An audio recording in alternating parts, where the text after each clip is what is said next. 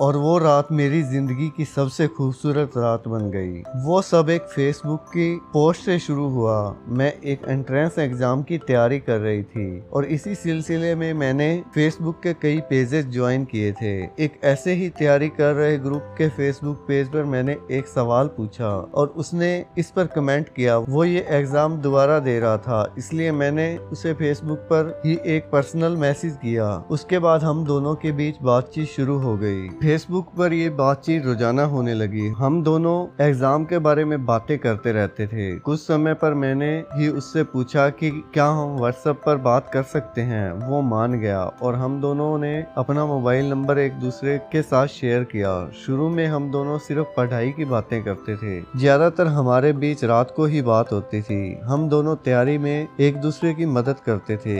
एक दिन ऐसे ही बात करते हुए रिलेशनशिप पर बात शुरू हो गई। मुझे यकीन नहीं होता कि तुम्हारा कोई बॉयफ्रेंड नहीं रहा। व्हाट्सएप पर चैट करते हुए उसने मुझसे पूछा। मैं हमेशा पढ़ाई में ही लगी रहती थी, इसलिए शायद कभी किसी की जरूरत ही महसूस नहीं हुई। जब किसी लड़की का कोई बॉयफ्रेंड नहीं होता तो वो शायद यही बोलती है। मैं वैसे बहुत हंसमुख थी और मेरे बहुत सारे दोस्त थे, लेकिन मैं कभी किसी रिलेशनशिप में नहीं पड़ी। ये बहुत स्ट्रेंज है। मतलब मेरी भी एक गर्लफ्रेंड थी 2 साल पहले, लेकिन हमारा ब्रेकअप हो गया। मैंने जवाब में बस एक स्माइली भेज दी। फिर हमारे बीच किसिंग के बारे में बात शुरू हुई। मैंने अपनी जिंदगी में कभी किसी को किस नहीं किया था। ऑब्वियसली उसने अपनी पहली रिलेशनशिप में किस एक्सपीरियंस किया था। अचानक से उसने पूछा, अगर मैं तुम्हें अभी इस वक्त किस कर लूं तो कैसा लगेगा। जब मैंने उसका ये मैसेज पढ़ा तो मेरा चेहरा लाल हो गया। मैं उस वक्त बेड पर लेटी हुई थी और कमरे की लाइट ऑफ थी। मैंने उसे कुछ ही दिन से जानती थी, लेकिन उसका ये सवाल मुझे बिल्कुल भी बुरा नहीं लगा। मुझे नहीं पता हम एक दूसरे को जानते ही कितना है। हम दोनों तो एक शहर में भी नहीं रहते। मैंने उसे मैसेज लिखकर भेजा। शायद मुझे उससे इन सब चीजों के बारे में बात नहीं करनी चाहिए थी, लेकिन पता नहीं क्यों मुझे ये सब अच्छा लग रहा था। सोचो, अगर मैं तुम्हें जोर से पकड़कर अपने पास खींच लूं और तुम्हें किस कर लूं तो तुम क्या करोगी। उसने पूछा, क्या होगा अगर मैं तुम्हें धक्का देकर दूर हटा दूं। मुझे समझ नहीं आया कि क्या बोलूं। वो जिस तरह से मुझसे फ्लर्ट कर रहा था मुझे अच्छा लग रहा था। मुझे पता था कि इन सब बातों का कोई अंजाम नहीं होगा। शायद इसलिए मैं उससे ये सब बात कर पा रही थी बिना किसी प्रेशर, बिना डिस्कम्फर्ट फील किए। फिर मैं तुम्हें और जोर से पकड़ लूंगा और तुम्हें कुछ नहीं करने दूंगा। मैं अपने होठ तुम्हारे होठों पर रख दूंगा और तुम्हें जोर से किस करूंगा। तुम्हें अच्छा लगेगा। जिस वक्त मैंने वो पढ़ा मुझे सच में उसकी जरूरत महसूस होने लगी। मुझे शायद वो अच्छा लगेगा। मैंने एक नोटिस स्माइली के साथ उसे लिखकर भेजा। मैं उस वक्त मुस्कुरा रही थी। उस पूरी रात हमने इसी तरह बात की। वो मुझसे फ्लर्ट करता रहा, कुछ भी सेक्सुअली कहता, मैं वापस उससे फ्लर्ट करती। ये सब कुछ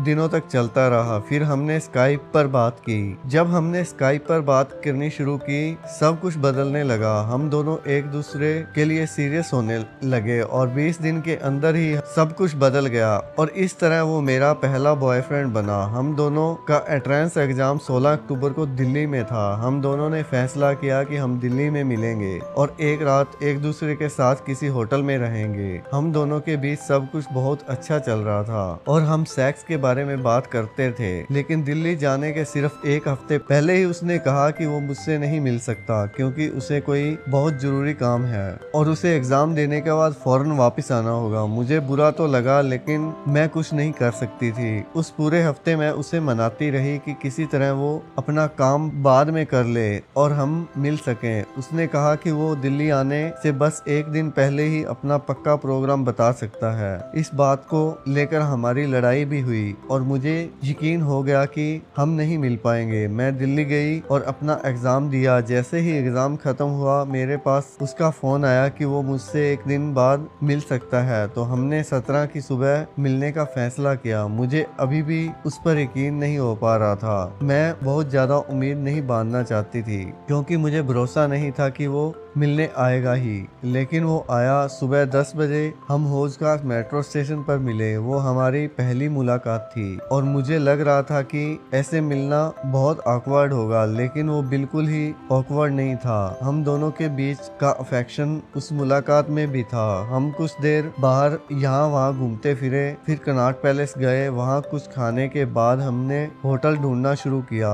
एक अच्छे होटल में हमने एक रूम बुक किया। उस वक्त दोपहर के करीब 1 बजे थे। हम कमरे में जाकर फ्रेश हुए और वहीं बैठ गए। मेरा दिल जोर जोर से धड़क रहा था। फोन पर बात करना या चैट करने तक तो ठीक था, लेकिन उसके सामने बैठकर बात करना, वो फीलिंग बहुत अलग थी। मैंने बहाना किया कि मैं थक गई हूँ और बेड पर लेट गई। उसने कमरे की लाइट ऑफ कर दी और मेरे साथ बेड पर लेट गया। मैं बेड के एक कोने में जाकर सिमट गई और खुद को ब्लैंकेट में छिपा लिया। वो बेड पर आया और उसने मुझे अपने पास खींच लिया। बिना एक शब्द बोले उसने मुझे किस किया। मैंने भी उसे वापस किस किया, उतने ही पैशन के साथ। धीरे धीरे हम दोनों आगे बढ़े। उसका हाथ मेरी शर्ट के अंदर गया और फिर कुछ ही देर में हम दोनों एक दूसरे के साथ नेक्ड लेटे थे।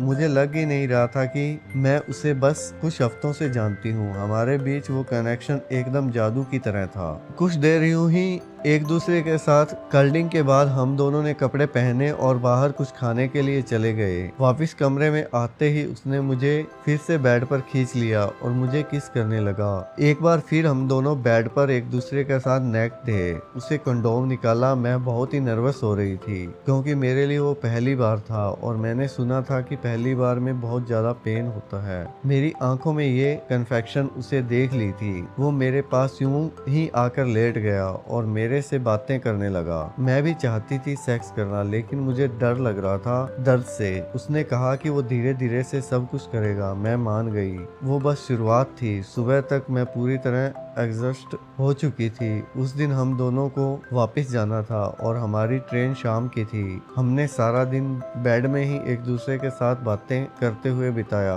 वो रात मेरी की जिंदगी की सबसे खूबसूरत रात बन गई। हम दोनों का रिश्ता आज भी उतना ही मजबूत और खूबसूरत है। हम दोनों रोज बात करते हैं और स्काइप पर बात करते हैं। मैं हमेशा से चाहती थी कि मेरा फर्स्ट टाइम ऐसे ही हो जैसे सब कुछ हुआ और मुझे बहुत अच्छा लगता है बार बार वो सब सोचना।